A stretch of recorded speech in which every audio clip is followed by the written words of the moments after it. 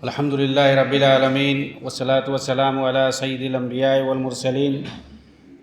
نبینا محمد وعلی آلہ وصحبہ اجمعین، اما بعد۔ اعوذ باللہ من الشیطان الرجیم، بسم اللہ الرحمن الرحیم۔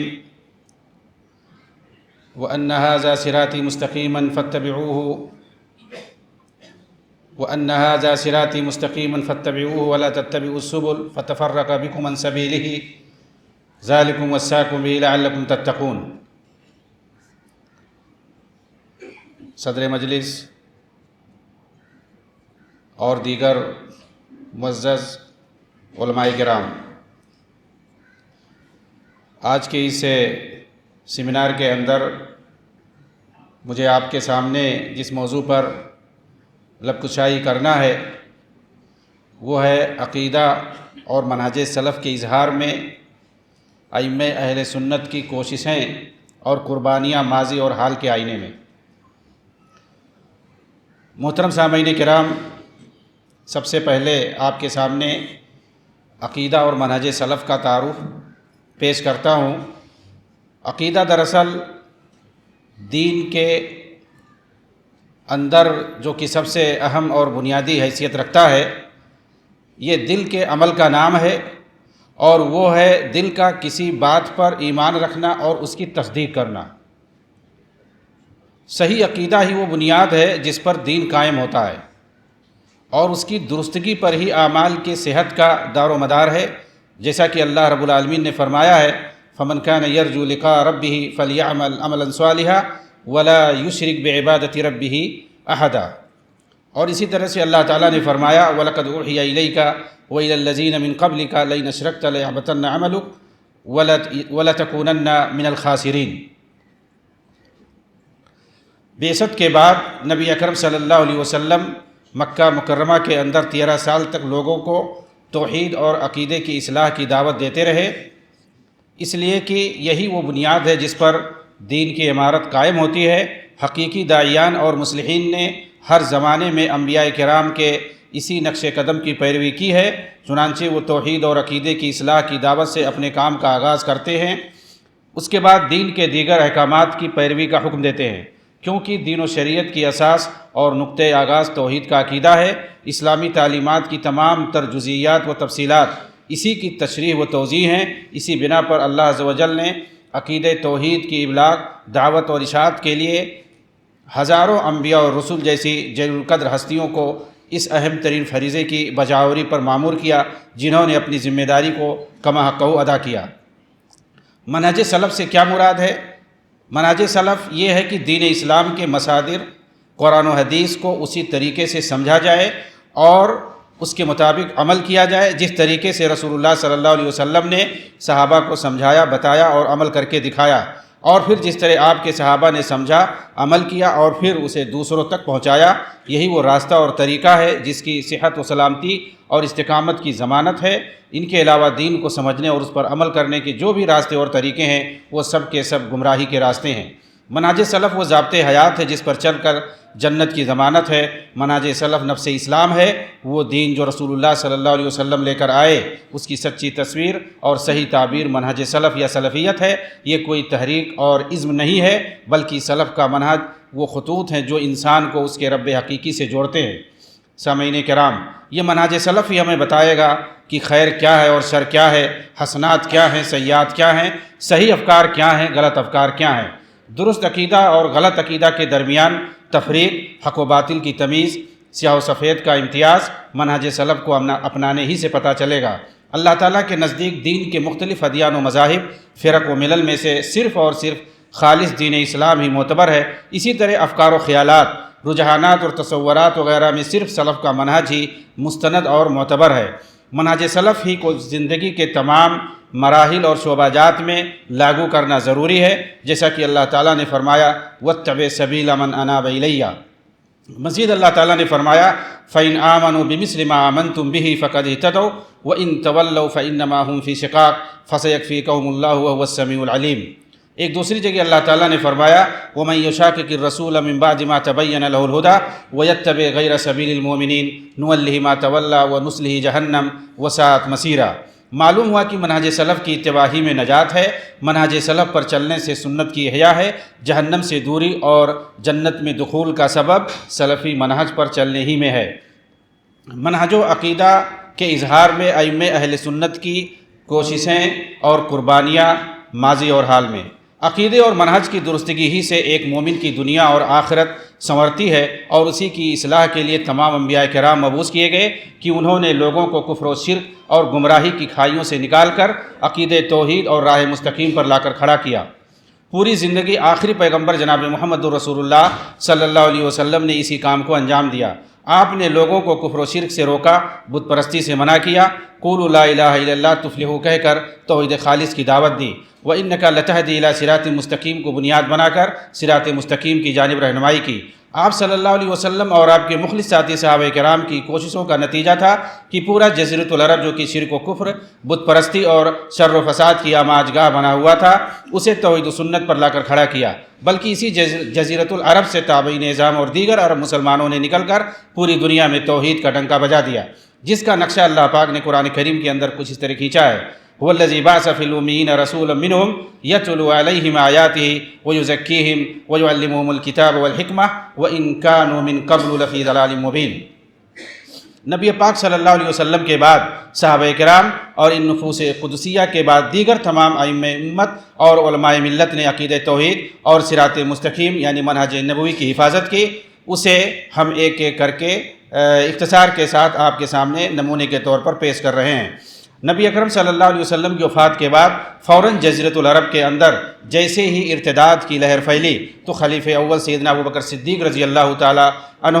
اس گمراہی کے آگے سینہ سفر ہو گئے اور بغیر کسی ہچکچاہٹ کے عقیدے اور منہج کی حفاظت میں ایک آہنی دیوار بن کر کھڑے ہو گئے۔ اس وقت لوگ حیران اور پریشان تھے کہ بچے کھچے مومنوں کی حفاظت کیسے کی جائے، مدینہ منورہ کی ریاست کی حفاظت اور اس کے لیے بندوبست کیسے کیا جائے۔ مگر دیکھنے والوں نے دیکھا کہ جہاں ایک طرف نبی پاک صلی اللہ علیہ وسلم کے بنائے ہوئے لشکر آپ نے ملتوی نہیں کیا بلکہ اسے اسی کے مشن پر بھیجا، تو دوسری طرف منکرین زکوٰۃ سے لڑنے کے لیے بھی فوجی دستوں کی تشکیل کی، تو تیسری طرف مرتدین سے لڑنے کے لیے اور ان کا کلاکما کرنے کے لیے آپ نے کئی فوجی دستے تیار کیے، اور ساتھ ہی نبوت کے جھوٹے دعوے داروں اور ان کے پیروکاروں سے جنگ کرنے کے لیے آپ نے بڑے پیمانے پر فوجی دستے بھیجے، اور الحمدللہ ہر میدان میں کامیابی حاصل ہوئی، اور ایک بار پھر دین اسلام ایک مضبوط عقیدے اور منہج کے ساتھ سرخرو ہو کر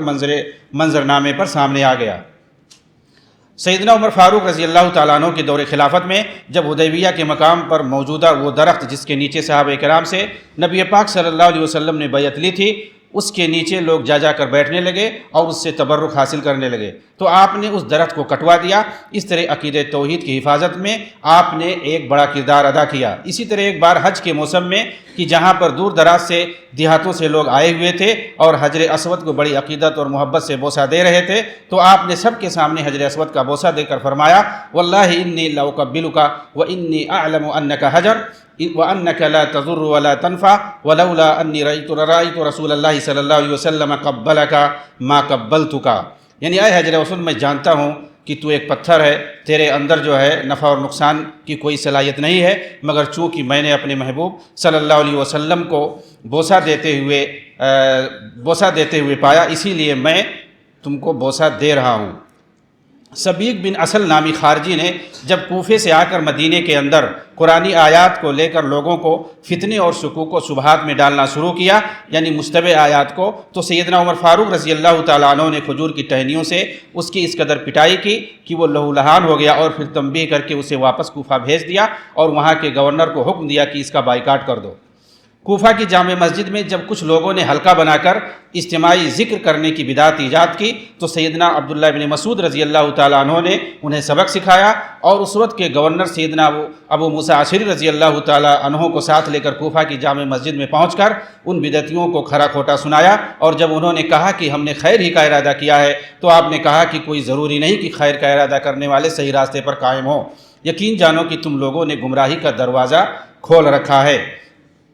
سیدنا علی رضی اللہ تعالیٰ عنہ کی خلافت کے زمانے میں جب خوارج کا فتنہ اٹھا، صحابہ کے صحابہ کی جماعت سے الگ ہو کر انہوں نے کبار صحابہ کی تکفیر کرنا شروع کی اور عراق کے اندر حرورہ نامی علاقے میں الگ تھلگ ہو گئے، لوگوں سے امتحان لے کر انہیں قتل کرنا شروع کر دیا۔ اس طرح اللہ کی سرزمین میں فتنہ اور فساد پھیلانے کا کام شروع کیا تو خلیفہ راشد سیدنا علی رضی اللہ تعالیٰ عنہ نے صحابہ کرام سے رائے مشورے کر کے ان کے خلاف جہاد کیا اور نہروان نامی جگہ میں انہیں دوڑا دوڑا کر مارا، یہاں تک کہ خوارج کا کلا کما ہو گیا۔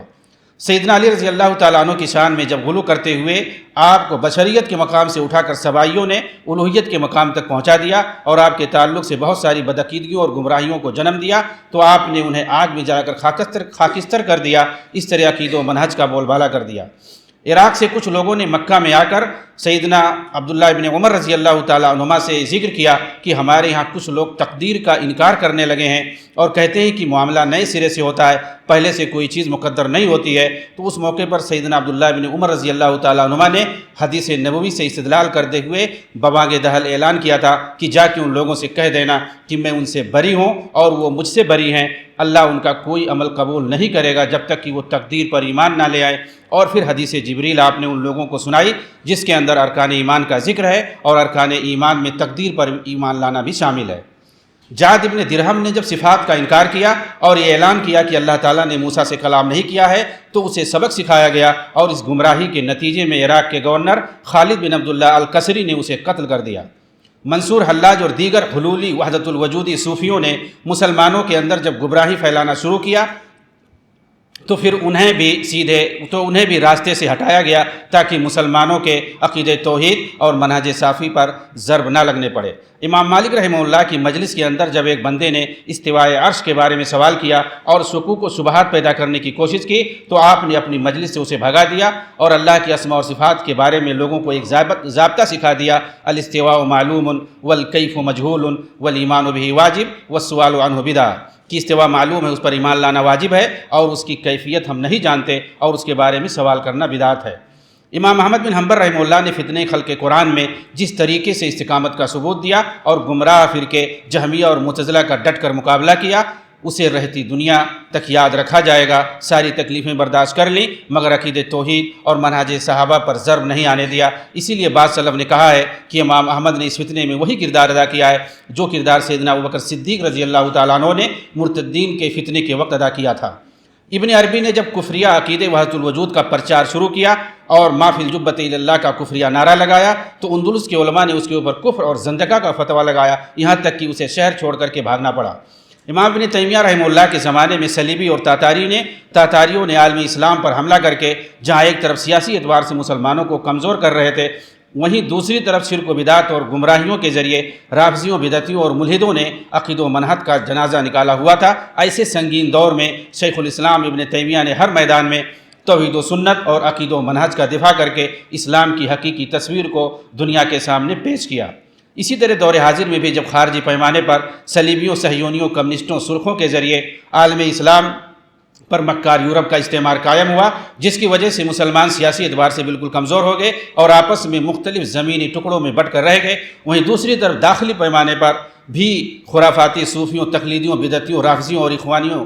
خارجیوں، تحریکیوں، نیز لبرل ملاؤں اور مسٹروں کی وجہ سے مسلمان عقید و منہج کے اعتبار سے قار مذلت میں پہنچ گئے تو عالم اسلام کی مختلف خطوں میں اصلاحی تحریکوں نے جنم لیا۔ اس میدان میں اگر دیکھا جائے تو شیخ الاسلام محمد بن عبد الوہاب رحمہ اللہ کو سب پر سبقت حاصل ہے کہ جس وقت جزیرۃ العرب اور عالم اسلام کا دیگر خطہ شرک و بدعت، جہالت اور خرافات، قبر پرستی اور مزار پرستی کی آماجگاہ بنا ہوا تھا، ایسے پرآشوب دور میں شیخ نے اپنی دعوتی کاز کو آل سعود کی مدد سے آگے بڑھایا اور جزیرۃ العرب کے اندر موجود نجد و حجاز اور دیگر تمام خطوں سے ہر قسم کے شرک و بدعات کے اڈوں کو ختم کر دیا۔ یمن کے اندر امیر سنانی، علامہ شوکانی، عبد الرحمن معلمی اور مقبل بن ہادی الوادی رحمہ اللہ کے ہاتھوں شرک و بدعت اور جہالت کا خاتمہ ہوا تو افریقہ کے اندر اللہ تعالیٰ نے انصار السنہ المحمدیہ کے ذریعے عقید و منہج کے تحفظ کا کام لیا، جس کے روح رواں محمد حامد الفقی اور محمد بن عبد الوہاب البنا، خلیل حراس جیسے سلفی علماء تھے۔ اسی طرح الجزائر کے اندر جمعیت العلماء المسلمین قائم ہوئی،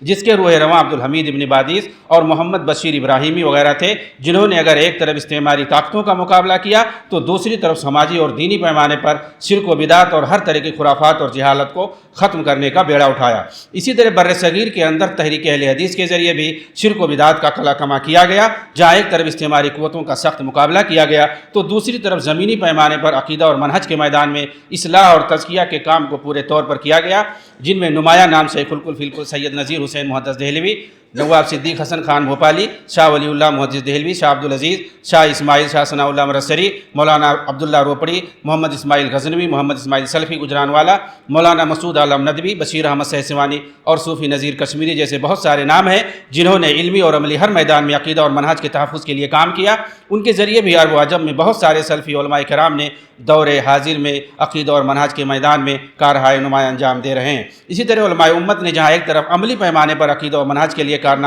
کارنامے انجام دیے ہیں، وہیں پر دوسری طرف علمی میدان میں بھی بہت بڑا کام کیا ہے اور عقیدہ اور منہج پر کتابیں تصنیف کر کے ایک گراں قدر علمی سرمایہ امت کے لیے فراہم کیا ہے۔